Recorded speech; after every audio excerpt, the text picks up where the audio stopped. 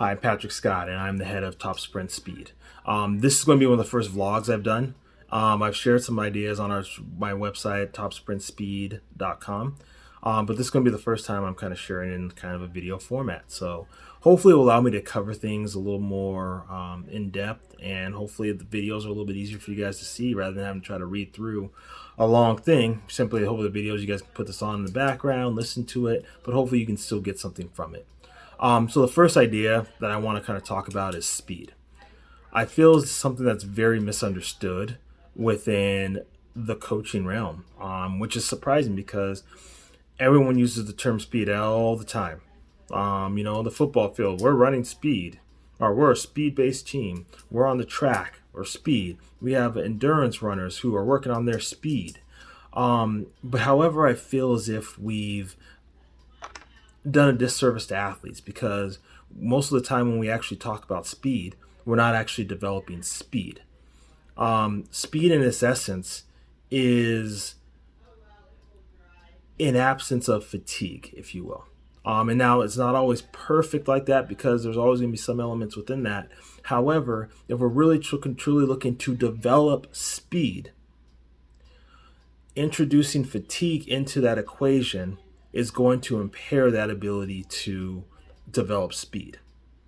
So therefore, you're getting into other elements, you're doing different things. Coming from a track and field background, I have my certifications for the USA Track and Field. I have level 1, level 2, and level 3 in sprints, hurdles, and relays.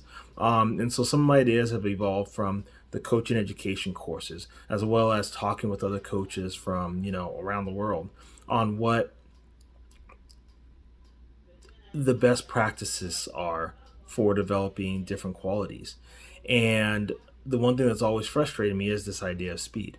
Because when I look at speed, you can be talking about acceleration ability, you can look at reaction time, you can be looking at max velocity. I think speed in its essence is a combination between acceleration and max velocity work.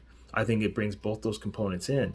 But then as soon as you get over that 60-meter mark, you start to introduce fatigue into it. And so now you're looking at kind of speed endurance, even if it's a little shorter. We're talking about 200 meters. I think it's still not a pure speed-based thing. You basically are kind of getting a little more of that fatigue nature built into it. Just because what we know of the energy systems is you can't run at maximum velocity for 200 meters. It's not going to happen. So therefore, after that, you're running sub-maximally, which there's maybe a difference between max velocity and speed, but I think that, again, that we use the term speed, I think we're looking at the fastest someone can run, or getting to run extremely fast. And I think that we need to use that term, because otherwise we're ignoring some of the other components of it. Speed endurance, special endurance, aerobic speed, are things that are important. However, when we use the word speed interchangeably throughout all these other things, we create a lot of confusion. I've worked with distance runners, I've worked with people who run marathons, and they said they're doing speed workouts, and they're running marathons at like 60% of what they could possibly, or they're not marathons, they're running longer runs at like 60 to 70%, or actually probably slower than that. They're probably running at 50 to 60% of what they could run even over 100 meters, which still isn't even 100% of the max velocity.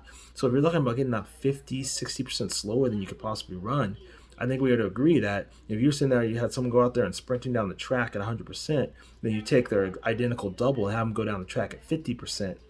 There's a huge difference in that speed. However, yet we use it interchangeably.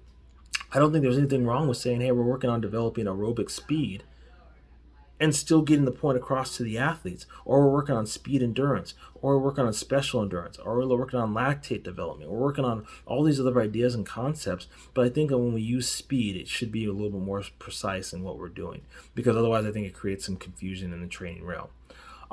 So what I hope to cover here over the next couple of weeks is just, that was a slight little taste of what's going to come. I want to kind of go over exactly what speed I think is, exactly how we can fix this idea of not identifying it properly, but also how we can actually use it in our workouts to make the best things for the athletes. So stay tuned over the next couple of weeks, and hopefully I'll be able to share some of my thoughts with you. Thanks.